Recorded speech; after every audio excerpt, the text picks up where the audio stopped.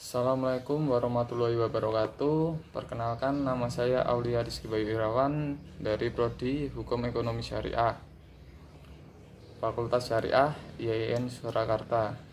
Di sini saya akan mereview buku guna memenuhi tugas mata kuliah Hukum Perdata Internasional.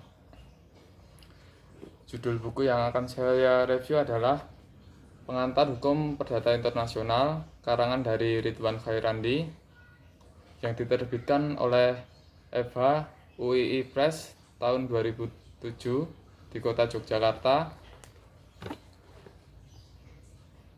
Tebal buku ini sekitar 251 halaman. Buku ini terdiri dari 23 bab, antara lain yang pertama mengenai pengertian dan ruang lingkup hukum perdata internasional. Yang kedua, sejarah perkembangan hukum perdata internasional. Bab 3, titik pertalian dalam hukum perdata internasional. Yang keempat, kualifikasi dalam hukum perdata internasional. Bab kelima, status personal dan kaitannya dengan prinsip kewarganegaraan dan domisili. Bab ke-6, renvoy. Bab ke-7, persoalan pendahuluan. Bab ke-8, penyesuaian. Bab ke-9, ketertiban umum dan hak-hak yang telah diperoleh. Bab 10, resiprositas. Bab ke-11, penyelundupan hukum. Bab ke-12, hukum yang berlaku dalam kontrak bisnis internasional. Bab ke-13, perbuatan melawan di dalam hukum perdata internasional. Bab ke-14, status personal badan hukum dalam hukum perdata internasional. Bab 15, asas-asas hukum perdata internasional tentang hukum benda.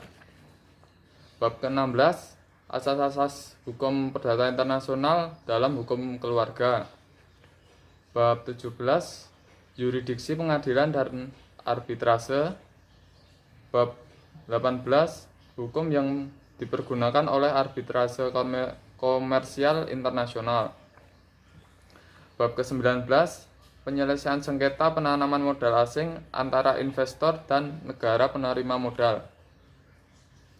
Bab ke-20, pemakaian hukum asing. Bab ke-21, pelaksanaan putusan pengadilan asing di Indonesia. Bab 22, pengakuan dan pelaksanaan putusan arbitrase asing di Indonesia.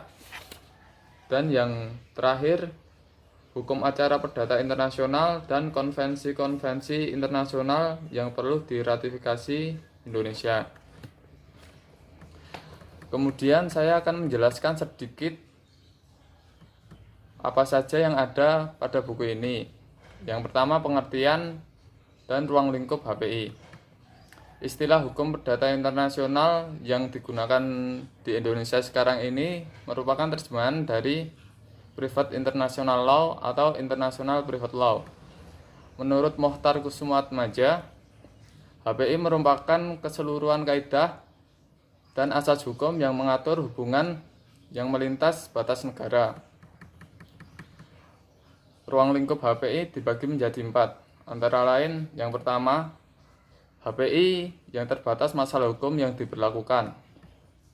Yang kedua, HPI tidak mencakup masalah hukum yang harus diberlakukan, tetap juga menyangkut pengadilan mana yang berwenang.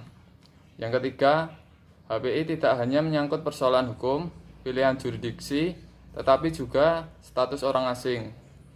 Yang keempat, HPI menyangkut persoalan pilihan hukum, pilihan jurisdiksi, status orang asing, dan kewarganegaraan. Kemudian yang kedua, mengenai sejarah HPI. Sejarah HPI dibagi menjadi 7 masa. Yang pertama, masa Romawi pada abad 2-6 Masehi. Yang kedua, masa pertumbuhan asas personal yang berlangsung pada abad 6-10 Masehi. Yang ketiga, pertumbuhan asas teritorial pada abad 11-12 Masehi. Yang keempat, perkembangan teori statuta di Italia pada abad 13 sampai 15 Masehi. Yang kelima, teori statuta di Prancis pada abad 16. Yang keenam, teori statuta di Belanda pada abad 17. Dan yang terakhir, teori modern pada abad 19 dan masih digunakan pada hingga saat ini. Kemudian saya akan menjelaskan tentang titik pertautan.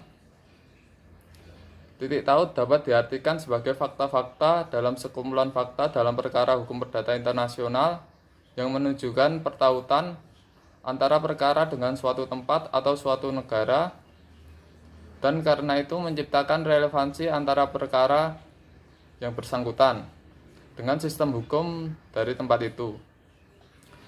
Titik pertalian dibagi menjadi dua, yaitu pertalian primer atau pembeda dan pertalian sekunder atau penentu. Kemudian yang keempat adalah kualifikasi dalam HPI. Kualifikasi dalam HPI ini dimaksudkan adalah penerjemah dari fakta-fakta dalam kehidupan sehari-hari ke dalam kategori hukum tertentu sehingga dapat diketahui arti yuridisnya.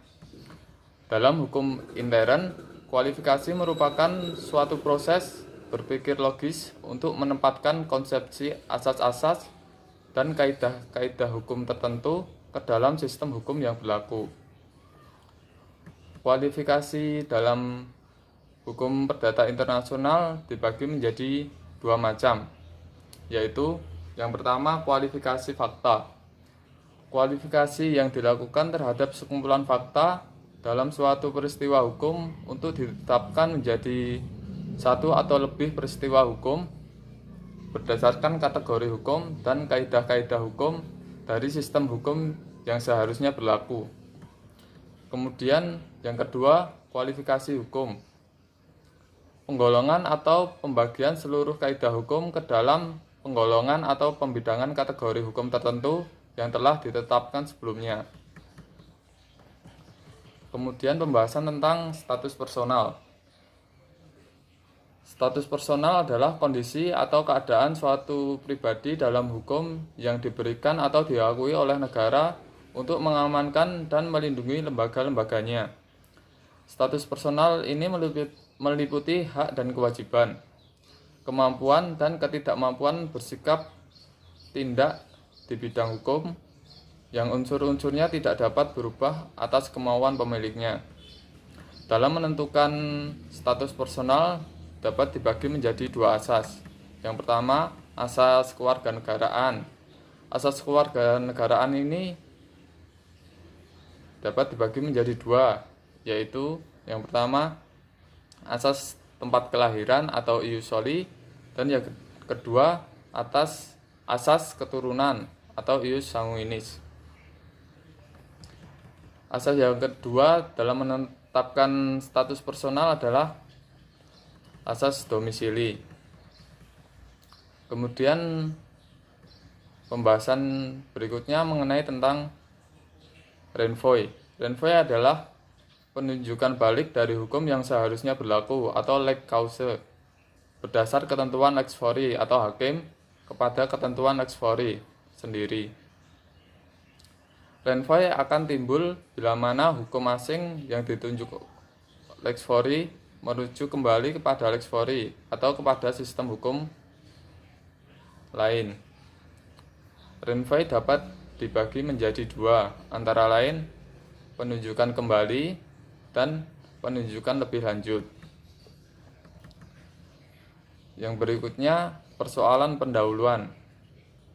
Persoalan pendahuluan adalah suatu persoalan atau permasalahan hukum yang harus dipecahkan atau ditetapkan terlebih dahulu sebelum putusan akhir atas suatu perkara hukum perdata internasional yang dihadapi hakim ditetapkan. Sekian yang dapat saya sampaikan dari buku ini. Kurang lebihnya mohon maaf. Wassalamualaikum warahmatullahi wabarakatuh.